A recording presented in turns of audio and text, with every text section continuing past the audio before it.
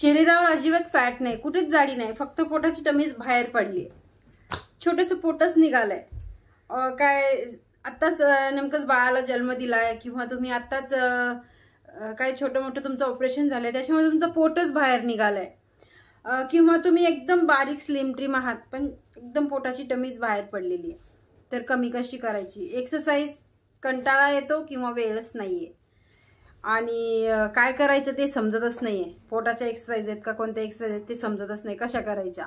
Diet तर अजिबात घेऊ शकत नाही, भूक खूप लागते, शरीर बारीक आहे ना, मग खायापियावरती कशाला कंट्रोल करायचं? फक्त पोटच कमी करण्यासाठी काय असं आहे की ते आम्ही करून आमचं फक्त पोटच कमी करू शकतो। एक घर सोडून दुसऱ्या घरात प्रत्येक घरामध्ये पोटाचा फॅट वाढलेली व्यक्ती आपल्याला भेटते।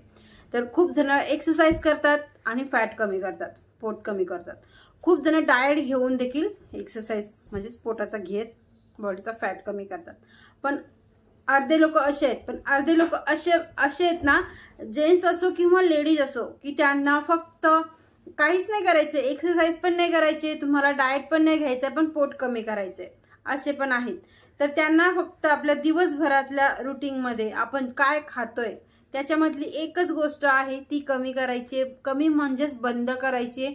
2 महिने 3 महिने तुम्ही ही गोष्ट एकदम स्किप करायची तुमच्या डाएट मधून, तुमच्या जेवणामधून, तुमचा पोटाचा फॅट आहे ना ऑटोमॅटिकच कमी होत जाणार आहे, ऑटोमॅटिकच कमी झालाच म्हणून समजा, जर तुम्ही एकच गोष्ट सोडली तर। कोणती ती गोष्ट आहे तेच तुम्हाला व्हिडिओ मधून सांगायचा प्रयत्न करते। आता तुम्ही म्हणाल ही गोष्ट तर आम्ही करतच नाही, आम्ही घेतच नाही, तर कोणती अशी गोष्ट आहे? तर साखर। जर तुम्ही आज साखर खाणं बंद केली ना तर तुमचा जर तुमच्या बॉडीवरती एक्स्ट्रा फॅट जरी असतील ना ते पण कमी होतातच होतात, पण तुमचा पोटाचा घेर आहे ना, पहिले जर तुम्ही साखर सोडली तर पोटाचा घेर पहिले कमी होतो। तुम्हाला पोटाचा घेर कमी करायचा असेल तर तुम्ही साखर बंद करायची। ठीक आहे आम्ही साखर खातच नाही, आम्ही चहाच घेत नाही, साखर खात नाही, तर असं नाही की तुम्ही बाकीच्याही गोष्टी काही खात नाहीये। आता साखर कोणत्या गोष्टीमध्ये असते की आपल्या जेवणामध्ये पण साखर कशी असते, मी तुम्हाला पहिले सांगितलं, जेवणामधली एक गोष्ट कमी करायची, त्याच्यामध्ये साखर आहे, त्याच्यामध्ये साखर आहे ना, त्याच गोष्टी तुम्हाला सोडून द्यायच्या आहेत। तर याच्या तुम्हाला बाहेरचं जंक फूड खायचं नाहीये, कारण की त्याच्यामध्ये पण साखर कार्ब्स असतात।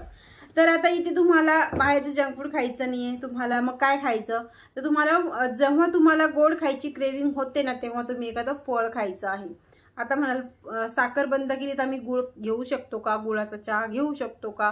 गुळामध्ये आणि साखरेमध्ये जर तुम्हाला खरोखरच पोट कमी करायचंय तर जास्त काही अंतर नाहीये, ठीक आहे, सेमच आहे, फक्त आपल्याला आपली एक असते की ठीक आहे याच्यामध्ये आयरन पण आहे तर आपण थोडासा गुळाचा वापर करतो, पण असं नाहीये की तुमचा गुळाचा वापर करून तुमचा फॅट कमी होईल, असं अजिबातच नाहीये।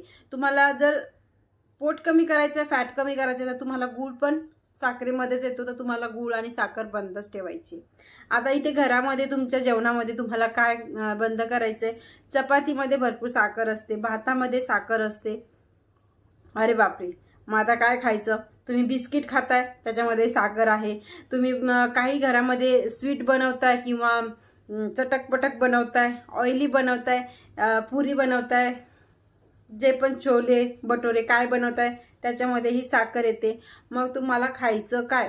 2 ते 3 महिने तुम्ही पोट कमी करण्यासाठी कोणती गोष्ट सोडायची? साखर आता सगळ्याच गोष्टींमध्ये असते, तर बघा चपाती वरती कंट्रोल करायचं, खाणं बंद करा असं म्हणत नाहीये, दुपारी खायची संध्याकाळी स्किप करून द्यायची, आणि भात दुपारी खायचं संध्याकाळी स्किप करायचा।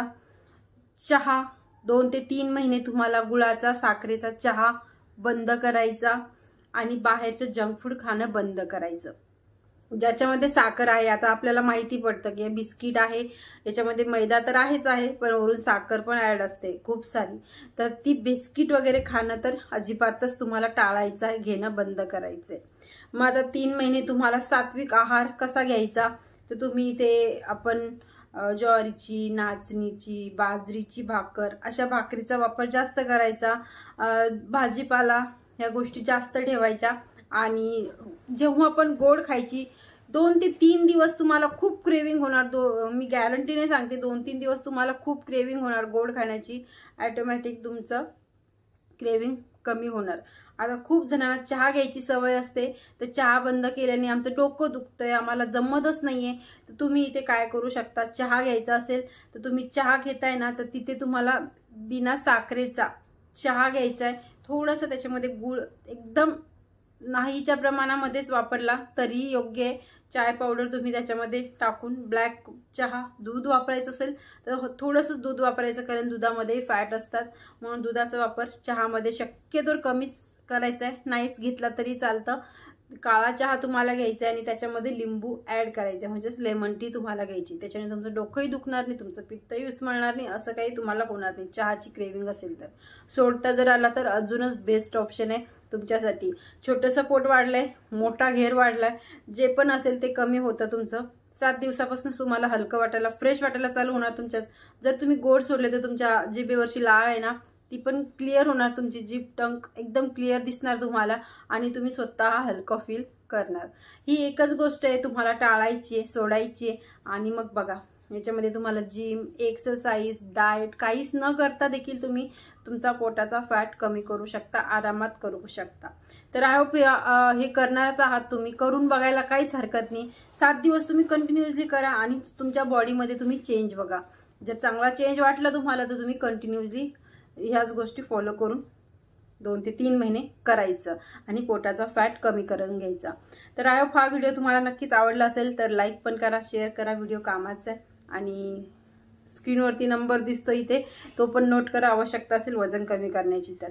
ऑनलाईन योगा क्लासेस आहेत माझे, तर तुम्ही जॉईन करू शकता. बॅचेस चालू आहेत माझ्या आणि दिलेल्या नंबरवरती कॉल करून ऍड होऊ शकता.